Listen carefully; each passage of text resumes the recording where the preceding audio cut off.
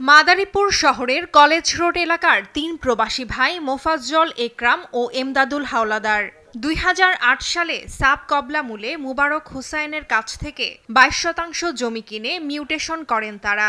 পরে মোফাজ্জল চলে যান ইংল্যান্ডে আর একরাম ও এমদাদুল পাড়ি জমান ইতালিতে। জমি দেখাশোনার দায়িত্ব দেয়া হয় মোফাজ্জলের শালিকা শামীমা আক্তারকে। এরপরই জমির ওপর নজর পড়ে ভূমিদস্যু খ্যাত মনোয়ার হোসেন মন্টু শরীফের। হঠাৎ রাতের আধারে লোকজন নিয়ে জমিতে সাইনবোর্ড বসিয়ে দেন তিনি। বাধা দিলে দেখায় মামলা আর হামলার ভয়।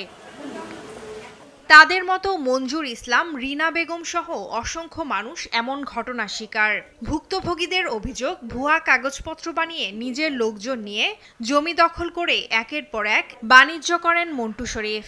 আমরা জমি কিনছি মোবারক প্রিন্সিপাল থেকে, আর উনি বলছে যে মালিকের থেকে বায়না করছে। এটা নিয়ে মামলা আমরা লড়তেছি, কিন্তু সে ওইখানে জমিটা দখল করে নিচ্ছে। পৈতৃক সম্পত্তি, সেই জায়গায় আমরা যদি যাই তাই আমাদের মারধর করে। বাপদাদার পিতা সে জোরপূর্বকভাবে দখল করে নিচ্ছে। সে আমাদের এই জায়গা বুক দখল করে অন্য লোকের কাছে বিক্রি করতেছে। কোটা সংস্কার আন্দোলনে নিহত তাওহিদ সোন্নামাত হত্যা মামলার আসামি হওয়ায় বর্তমানে আত্মগোপনে রয়েছেন এই ভূমিদস্যু।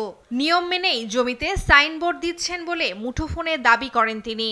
22% উনি টোটালে 18% আমাকে দিবে আর 4% উনি রাখবে। তো উনি বায়না আমার সাথে 22%ই করছে। বর্তমানে একটা জমি বিক্রি হলে এখন কি কোনো জমি আর এক জমি আরেকজনে বায়না করার সুযোগ আছে? হত্যা মামলার আসামি ও জমি দখলবাজ এই অভিযুক্তকে ধরতে অভিযান চলছে বলে জানিয়েছে পুলিশ। ওনাকে ধরার জন্য আমাদের প্রচেষ্টা অব্যাহত আছে এবং এইটাকে আমরা আরো বেগবান করব, যাতে অচিরেই তাকে ধরে আইনের কাছে সোপর্দ করা যায়। সে ব্যাপারে আমরা চেষ্টা অব্যাহত রাখব।